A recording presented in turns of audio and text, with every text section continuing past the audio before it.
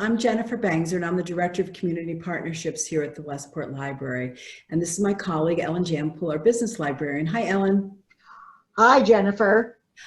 We recognize that many in our community are faced with working from home during the COVID-19 crisis, probably for the first time. So we thought it would be a really nice idea to dig into our business community and find some of those experts out there who've been working from home for some time. So we're starting this series, Working from Home Westport Style. And today Ellen is talking with Paula Conway, who's a well-known media and brand strategist. And Paula has been working from home for well over 20 years as president of Astonish Media Group. So Ellen, take it away and we'll listen. Thank you so much, Jennifer. Today, as Jennifer said, we're talking with Paula Conway. And I have the first question for Paula. Is there a practical way to structure your day to be effective while working from home?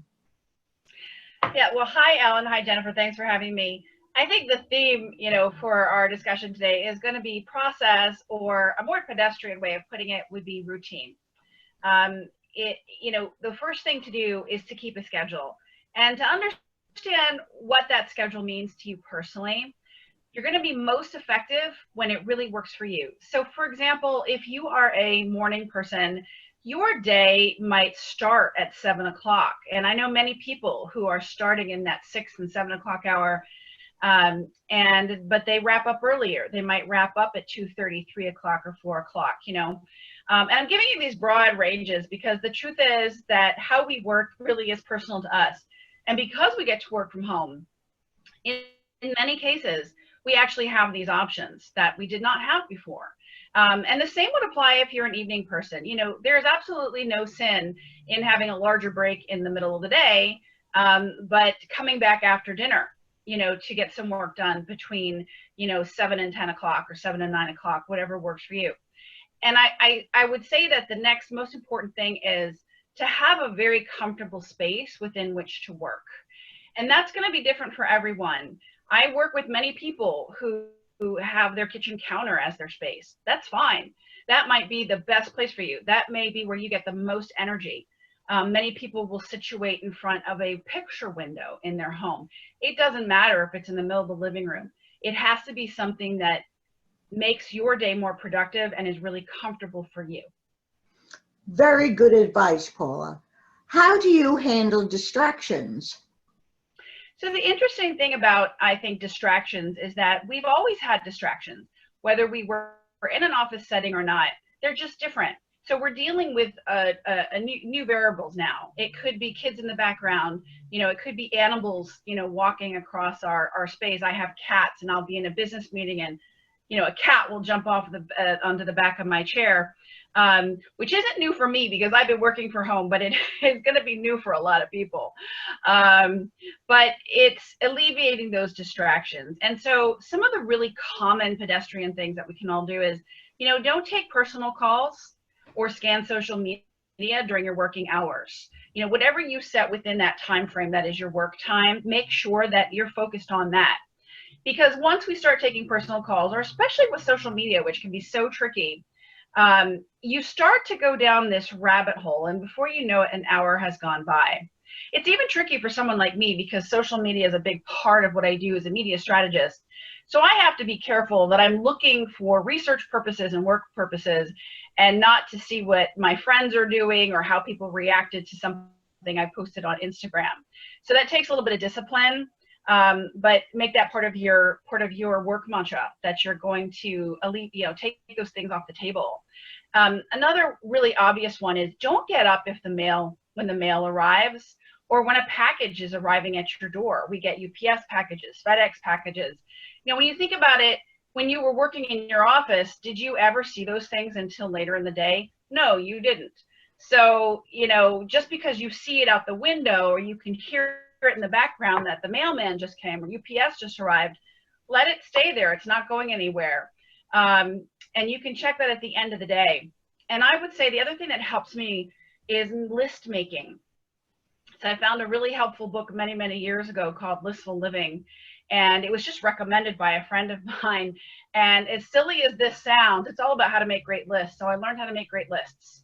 And if you make really good lists, you will have so much pride in checking them off, but it helps keep you on track during those dedicated work hours.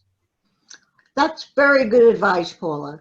Now, how do you balance between work time and personal or family time? So this is, an area where you really have to design time that is personal and time that is work.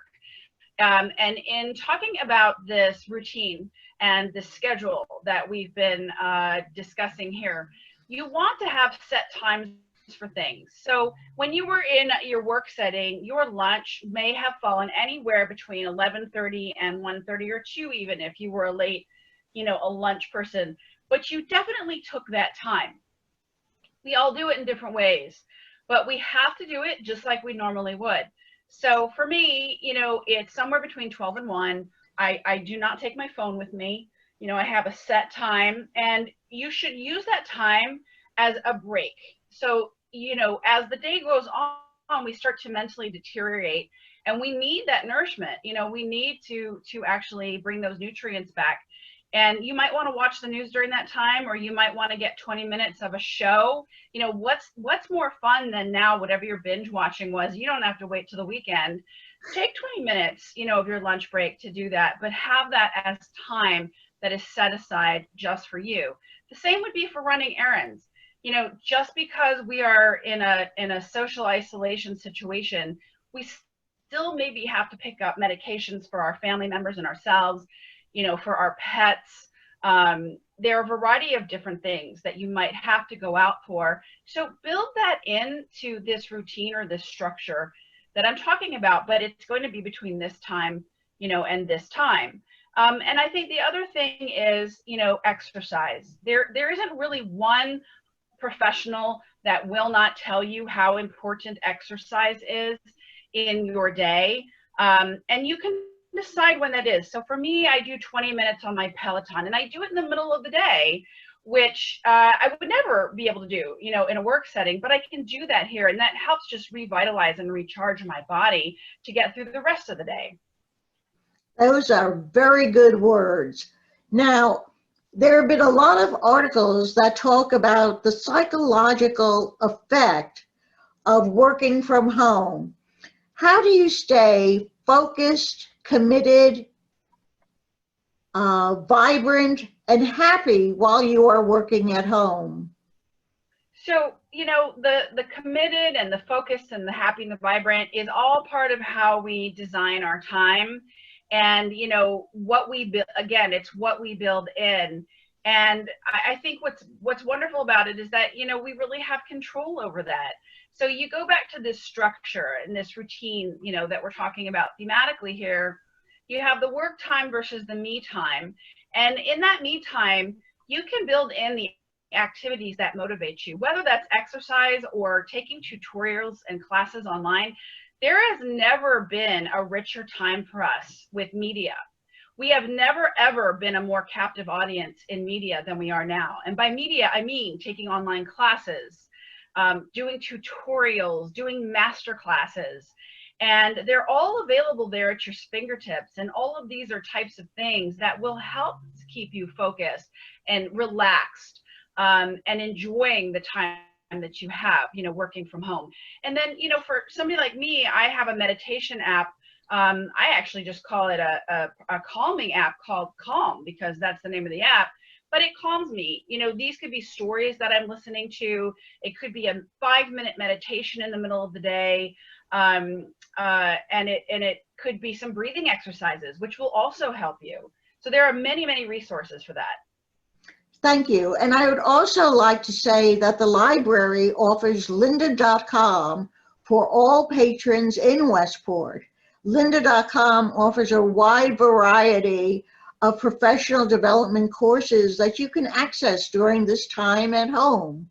And now finally, communication is so important. How do you remain communicating from, how do you communicate during this time? And if you would even give us some of your wit and wisdom on how you are finally working from home successfully? You know, I think that one of the biggest things that I hear people and friends and colleagues of mine saying is that they feel very isolated and very lonely, and communication has changed. So, you know, the fact of the matter is communication has changed. And even those of us who have been working at home for as long as we have, like myself, who are used to working in an environment like this, are even finding it challenged, because even the little things that we used to do that would connect us with other people, we can no longer do them. So I would say that, you know, it all circles back to you are the architect of your life. And you have to decide what you want this painting to look like. Every week you're painting a painting. Every day you're painting a painting. So for me personally, you know, I have a friend who used to live in Westport who moved to California, and I speak to her every Sunday for 1 hour. And I look so forward to that call. You know, my list of things, oh, I've got to tell Susan. Oh, I've got to tell Susan. You know, it gets longer and longer during the week, and I get to Sunday, and it's just like a, you know, it's just like a candy store of things that we, you know, get to go over and talk about. And then the other fun thing that I do is I take a dance class, you know, 3 days a week with a friend of mine who's also taking the class. She told me about it from an article she read in the New York Times, because there's just so many free courses available right now. And one is this 70s dance class. And so, you know, I'm very proud to share that I've learned to do the hustle. And I will hopefully find a way to share those moves with people shortly in some form of fitting my brand. But these are things that help us to not feel as lonely and as isolated, and to communicate with people in just ways that we really would never have thought of before.